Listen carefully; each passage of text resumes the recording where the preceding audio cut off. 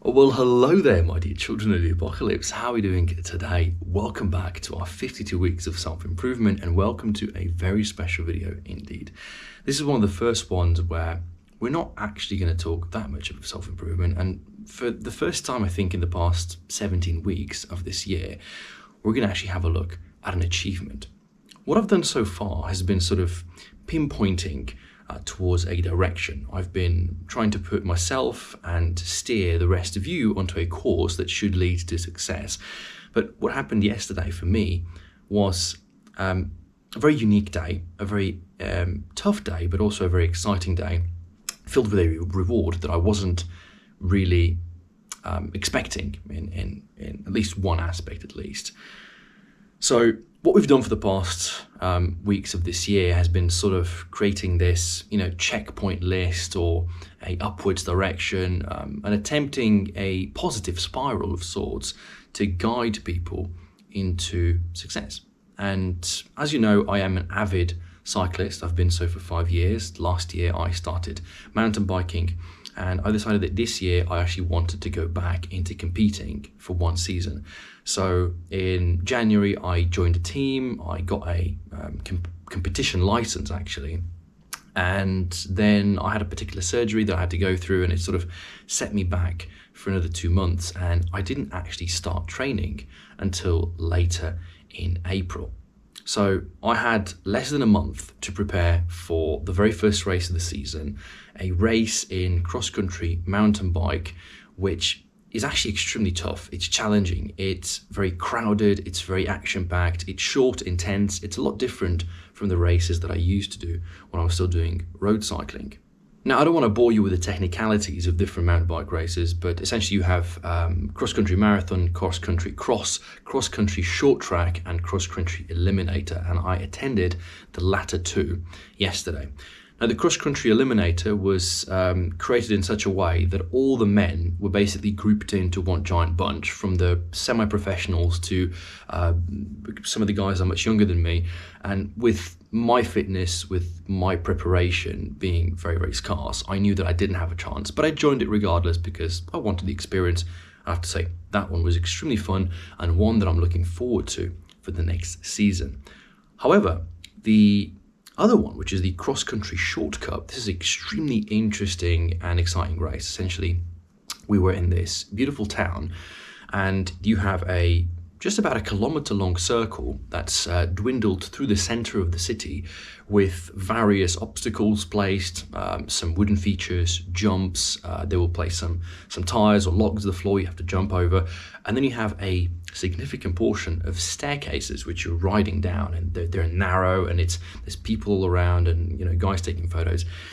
It was an extremely exciting place to be in. Now, it just so happened that the competition that I joined in my category, so the category of amateurs, only had one other person join. Only one other competitor was there to compete against me for the title of the national champion. And he was Italian, which means that as long as I finished, as long as I didn't crash or have a defect or puncture or, break something, I was going to be a national champion. And that took some of the weight off my shoulders. And at the start of the race, I actually had a short conversation with the Italian, even though he spoke zero English. And I decided I was just going to race from the back. So as soon as the race started, we got to the top of this little tiny climb, and there was this staircase portion where, it's one ride after the other. There's no way to overtake. It's barely wide enough for the mountain bike handlebars. And I just stopped. I stopped and I smiled, and I sort of gave a bit of a laugh at the people that were staring there, because they realized I was just there to have a good time at that point. And I raced and I loved it. It was really fun. And at the end of the day, I was awarded this very modest, but to me this means a lot. This is a bit of a pressure actually. Instead of pressure off my shoulders, this is pressure on my shoulders, because for the next 8 months or so, I'm going to proudly be able to wear the national champion's jersey. And This is, in some ways, it's a dream come true. In other ways, it's truly pressure, because this means that I actually have to perform.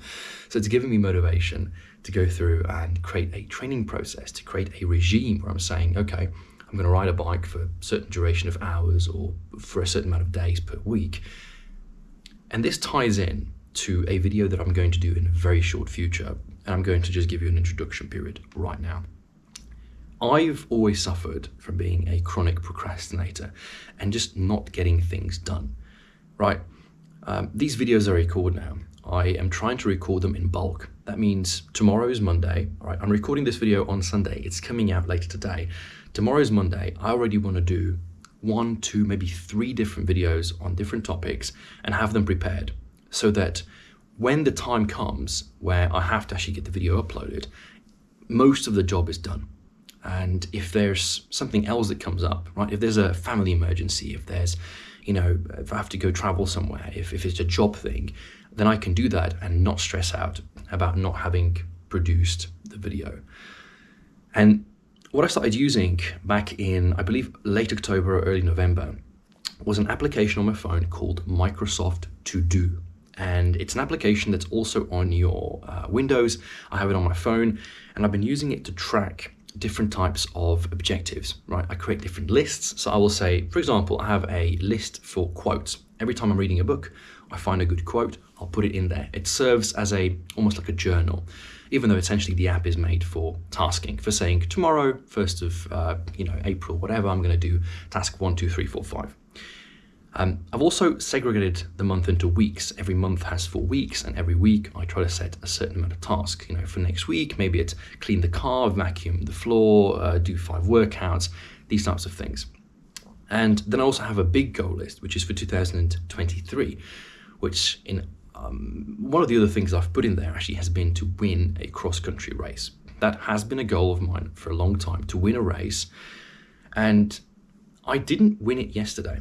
And that actually makes me happier, right? Because the last thing I actually wanted was to be first in the first race that I win and already tick off. There's still, I think, 7 or 8 races till the end of the season. And I want one where there are several competitors, where it's actually going to be at least 3, 4, maybe 5, hopefully more people competing, and I'm able to beat them fair and square in a real competition. And so in the process of going through this checklist of mine, in the process of designing these different tasks, whether it's monthly, weekly, daily, whether it's repetitive tasks that you're supposed to do every certain duration of time, like for example, you should shave every couple of days, you should clean your room every couple of days, you should wipe the dust, you should, walk the dog if you have one. These types of activities, it's good to set a certain repetition to them. And so what I've started working on is an Excel document. I've never been good at Excel. I hate using it. I just, all the formulas and the layout. But something about Excel works better for me than Google Calendar or Samsung Calendar, or I don't know if Apple has one. All these calendar apps for me are very confusing to use. And Excel seems to be one that could, no pun intended, excel over the others. And so with the use of Excel, I was able to create a weekly calendar which tracks every single day, separated into 30-minute intervals, and it goes into several categories. So you'll have your default, which is sleep and work, right? If you sleep 8 hours a day, that's 56 hours. You work 8 hours a day, 5 times a week, that's 40 hours. These are fixed hours that are taken away from you every single week from the total of 168 hours that a week has.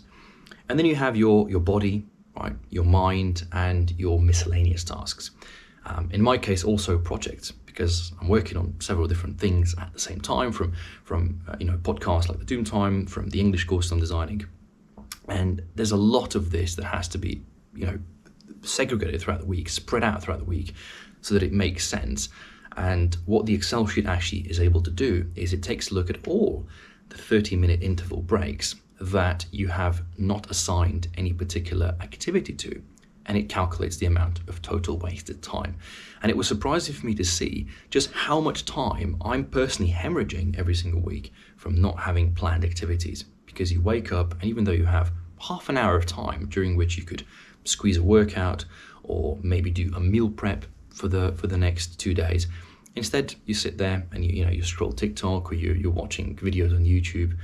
And so separating that time for me is very, very important, because I realized that if I really want to do these training rides, if I want to improve both technically and physically as a rider, in this case doing mountain bike, doing cross-country races, to defend this jersey, to defend the right, the honor of wearing it, that means going hardcore into week planning, going and making sure that I just maximize what I can do in a given time span and minimize the amount of time that I'm wasting.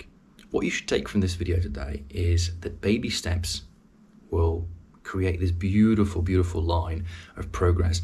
And for those of you who have read the book Atomic Habits by James Clear, who are familiar with the plateau of latent potential, which I will speak in an entirely different video, will be aware of just how painful it is to begin something, because you have this expectancy of it being a linear curve, a linear line, when really it's a slow curve that at the beginning it might even dip. Right? When you start an activity, you start working out, you start training, you start working a new job, you have the expectancy that it's going to be easy and fast. And usually it actually goes downhill first. It usually means failure comes way before success. So with this bad boy, I got a little bit lucky. But I'm trying to make sure that all the other instances are not going to be down to luck. They're going to be down to skill, effort, perseverance, discipline, and yeah, maybe just a tiniest amount of luck. But keep in mind, luck is in the hands of the beholder. And you're the creator, my friend. Take care, and I'll catch you in the next one. Safe flying.